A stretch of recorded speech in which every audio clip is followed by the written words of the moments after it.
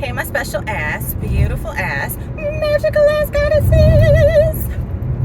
Welcome to the Spiritual Shittz, where we talk about any and everything spiritual. And today I thought I'd have a little conversation, Divine Feminines, about giving away your power, right? Because for many of us, especially when you first start out on the spiritual journey, you don't understand what people mean when they say you're giving away your power. You're giving away your power. So I'm gonna break this all the way the fuck down so we completely understand it. Okay. So in order to get you to understand this, I'm gonna give you a real life example of mine, right? If you've watched the episodes that I talked about my domestic violence situation and how it kind of helped catapult me into a new level of growth, how I use that to help me grow, you'll know I talk about my son's father, who was extremely mentally abusive. He tried physical, that didn't work in his favor, so he never tried that shit again though. But it kept the mental abuse going, and I didn't understand it, so I didn't really know what it was. And I had an incident where I had filed an order of protection against him. And because I was so new to this, like, I had no idea what I was doing. I just went to the court and I filled out the petition, and they almost always grant the emergency order. But when you come back for the plenary or like the permanent order, you have to meet a burden of proof, right? And at the time, that was my first time inside of a courtroom. Like, I had never even been inside a courtroom for a ticket. So I was lost. He had a criminal background. He had orders of protections against him before. Like, that wasn't his first rodeo. So he knew what he was doing. I did not. So I get there to the court, and, you know, I had no real evidence. And so, of course, my order of protection got denied, right? As I'm leaving the courthouse, this motherfucker pops up from behind the corner, and he's just like, yeah, I told you never get your order of protection granted. You can't do that. We have a child together. And in that moment, I was like, oh my God, I'm gonna be stuck dealing with this for the rest of my life. Like, at that moment, I had given over my control and my power of the situation to him without even knowing that, just because of a simple thought I believed, because of something he told me, right? Fast forward, I get a little smarter. I'm like, all right, I go to court now, I have no burden of proof, bitch. I'm gonna get some proof. So I ended up having to file another order of protection against him. But, you know, that next time I was a lot smarter. I had text messages, voicemails, screenshots of my call logs. The only thing I didn't have was witnesses. And I asked people to go to court with me. But, of course, people never want to get involved in that. But I had them write letters. I didn't know at the time that letters would be considered inadmissible, because that's hearsay.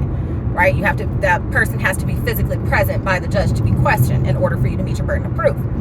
And I didn't have that, but because he knew I had the other evidence, he just assumed that'd probably be enough, which he was right, in order to get the order of protection granted against him. So he didn't even show up. So I got the order by default. But in that moment, I realized how that one statement he told me made me want to just give up, to not fight, to make him feel like he had the ability to control me, whether he was even present in my life or not. And in that moment where the judge was just like, how long do you want the order for? And I'm like, 2 years, please. Judge signed it. I got my copy and I went about my way. And I was just like, I didn't have to believe shit that man told me. Like, it was all a bunch of lies. And I mean, you know, I could go through all of the lies that he ever told me in hopes that I would relinquish my control over to him. But, you know, he didn't know I'm an old soul. I'm strong.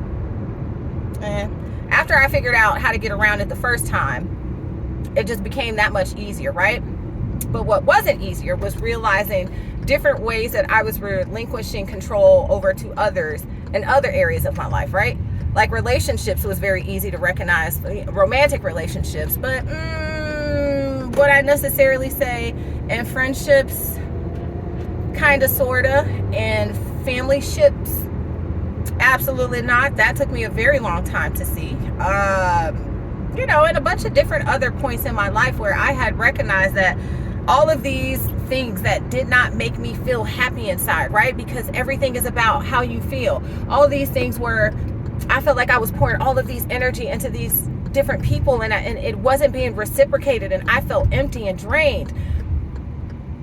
First, I started to complain about it. And then after a while, I realized, like, why necessarily am I complaining about this, right? Why am I complaining about it? Because I'm giving them power to control how I feel about the situation. So who's really in control? Is it them or is it me? And that was that kind of epiphany realized, like, where It's like I control this situation. No one is in control of my life but me. And me believing the things that other people tell me, or me believing that the projections that other people put on me to make me feel some type of way about myself, because in actuality, that's really how they feel with themselves. And they don't want to deal with it. So instead of them having to deal with it, they push it on me so that I have to deal with it, because I'm an empath and I pick up everything, and I pick up all these different feelings and emotions from different people all the time. So it's easy for them to push it on me. And when I allow them to do that, I lose my control of the situation. One of the ways that I started learning how to not lose control is, one, gaining emotional intelligence, right? Understanding why the things around me are really taking place and how to respond to it. Because life is never about reacting, it's always about responding. And because I'm a Libra, like, my natural instinct is just completely cut you off. Like, you don't even exist to me anymore, right?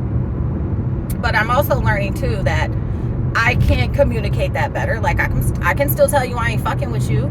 I don't necessarily have to make you cry in the process, because as a Libra, that's also a tendency of something I have to do. I'm very harsh with my words. But I've learned to come more from a place of love and understanding of, I understand that whatever it is that you're going through and you're trying to make me feel it, it isn't really me. It isn't a reflection of me. And I'm not going to allow you to control me and make me feel that way. And in that moment, that's how I can take control of the situation. Not just letting somebody know and understand on a deeper level, I know what they're trying to do about the situation, but also expressing to them that I'm not going to allow you to do that to me. That is how you take your control back, Divine Feminine. You allow no one to break the boundaries that you have set and put in place for yourself. You stand firm and hold those no matter what. For instance, one of the things that I really have a hard time ignoring is if something is going on with my child, right? But I had to understand, like, he's a young man, right? He's almost 13 years old, and I'm like, I can't be that helicopter parent wanting to really, hang over his every move and action over his entire life. I can't have that kind of control, because it will stunt his growth. Sometimes in us realizing how to take control is realizing what we can do. Never, never, never is the focus on the spiritual journey about somebody else. So I understand I can't coddle him. The only thing I can do is what a mother is supposed to do, is love and support him. That's it. That's all. Because that's what I can control. And in me controlling what I can control, it kind of keeps control of the rest of the situations, right? Because if that's one thing you have to learn on the journey, Divine Feminine, is you trying to over control certain situations is going to get you the exact opposite result of what it was that you were trying to achieve. And when I say over control situations, I mean controlling on something other than yourself in the situation. A good example of that is, like, if you grew up with abandonment issues and you try to trigger people that you're in relationships with because that's what you saw growing up, and so you think that's how you get people to respond to you, right? That's trying to control somebody else, not controlling yourself. It's always about self-control, self-mastery, Divine Feminine. That's it. That's all. So yeah, that's all I got for you for this spiritual Shittz episode.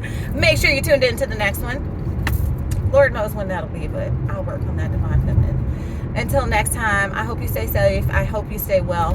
Mwah. Love you guys. Bye.